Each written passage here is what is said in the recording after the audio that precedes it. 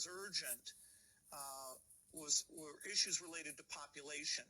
In 1998, Dr. Zabin became the founding director of the Bill and Melinda Gates Institute for Population Control. Dr. Zabin became the founding director of the Bill and Melinda Gates Institute for Population Control.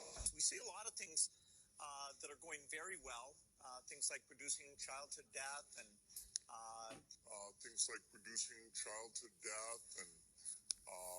First, we've got population. The world today has 6.8 billion people.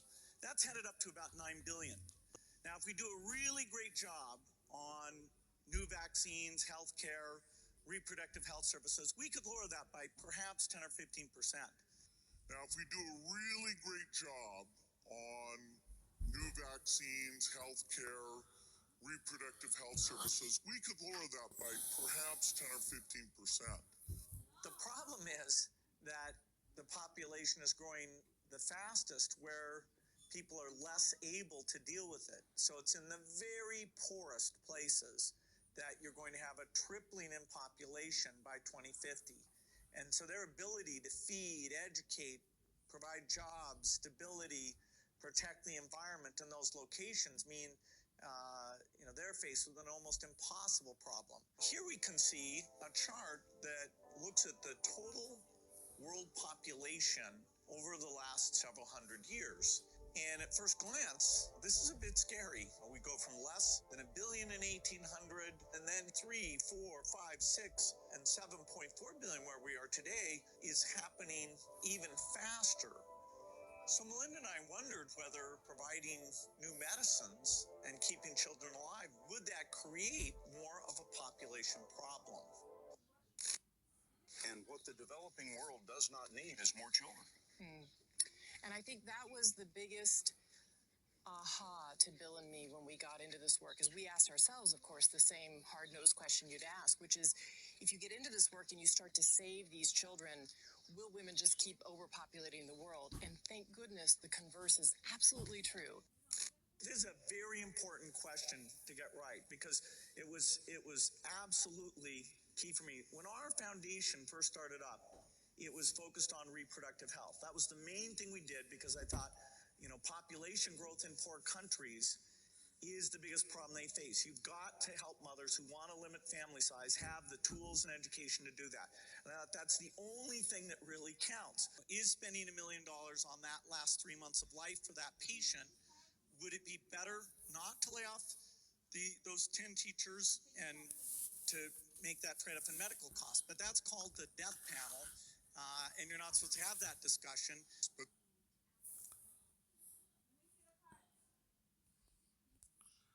All right, first and foremost, I want to give all honor and glory to Yahweh, Bahashem Yahushai, Bahashem Rakah HaKodash. Double honors to the elders and apostles of GMS who I learned from. A healthy shalom to those for elect preaching his word and truth and sincerity. To you rifts, you sisters out there learning silence, stay in the order. I say to you all, shalom. Man, every time I see those videos from, Billy Gates of Hell, first off, fair use, fair use, fair use. This is speaking on what we just saw. So this person here wants to depopularize people by using medicine, and man, I might get struck for this one, but try not to say anything too crazy, right? So you saw Melinda Gates walking with that other man in a village in Africa, talking about using medicine as a means to depopularize the world, and so to speak. Like the man himself said, he said, should we lay off 10 teachers to let this person that's dying live? And his answer is obviously no, hell no. We're trying to depopularize, right? What they want to do is put less people on the earth, educate everybody and have the best of the best. You know who they're going to take out first? The ones that don't look like him. But it's not just him. right? The small hats who run the earth, right? He's just a little pawn in this big grand scheme of things, right? This is what the elites got planned. Now I got this from the People's Voice. This is the article called "Exercise Polaris." The WHO just conducted a 2-day simulation. You see that, right? And everybody on the WHO is a small hatter, right? It says the World WHO H to the O conducted a 2-day pandemic simulation last week dubbed Exercise Polaris. This latest drill involved over 15 countries and 20 health agencies. And according to the UN Health Agency, the exercise involved more than 350 health emergency groups, simulating an outbreak of a fictional pandemic. Salakia.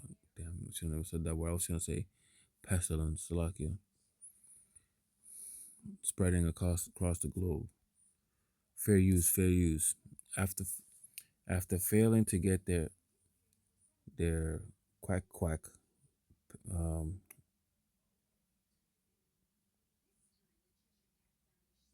pestilence, right, in 2024 and 2025,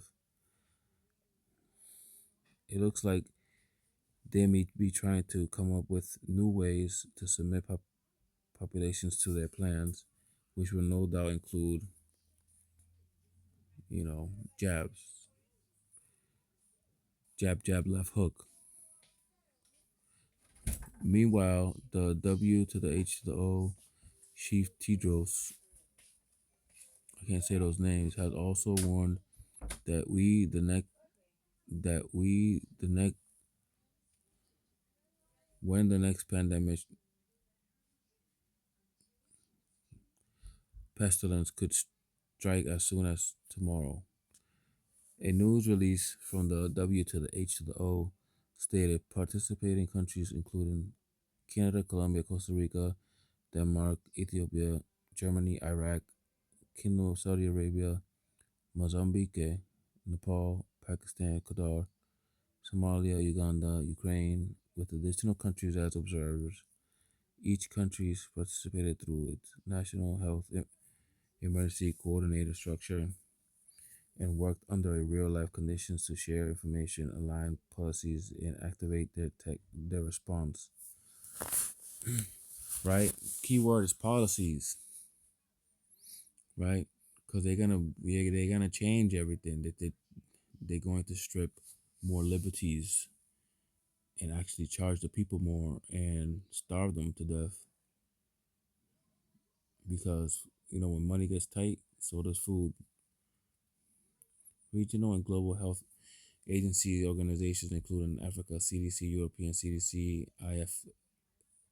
IFRC, IOM, UNICEF, and establish emergency new networks such as the Global Outbreak Alert and Response Network and Emergency Medical Teams Initiative, Standby Partners, and the International Association of the National Public Health Institutes work work together to support country-led responses. More than 350 health emergencies experts are connected globally throughout this exercise. Right, so this is a big deal, right? You notice how everybody under the UN was a part of this, right? They're getting ready to use whatever got coming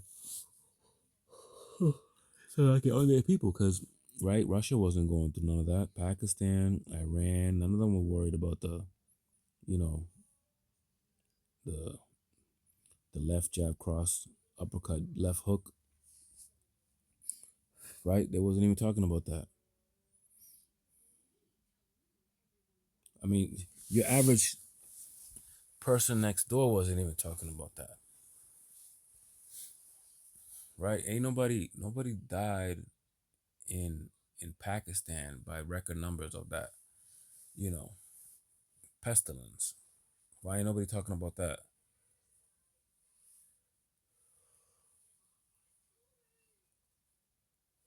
right? This you already know what they're trying to do with this. That's what's coming next. They're trying to do it again. They're gonna go, 2020 times two. That's what this is about. They did a electrical power plant exercise recently as well.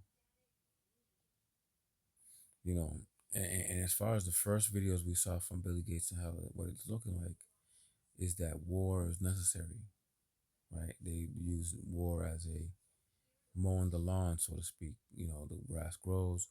They throw people into fire. They depopularize that way, right? Get rid of a bunch of undesirables, right? Because when you look at the Ukraine and Russia war, they got Chinese mercenaries, Korean mercenaries. Now they got Colombian mercenaries out there dying by the hundreds of thousands a month. We live in some cold times, man. But anyways, I pray this lesson was edifying. I want to give all honor and glory to Yahweh, Bahashem Yahushai, Bahashem Rakaha Kodash, the bonus to the elders and apostles of GMS where I learned from. And healthy shalom, right? To the hopeful leg, which is word and truth, sincerity to you ribs, to you sisters out there in the silence, staying in order. I say to you all, shalom.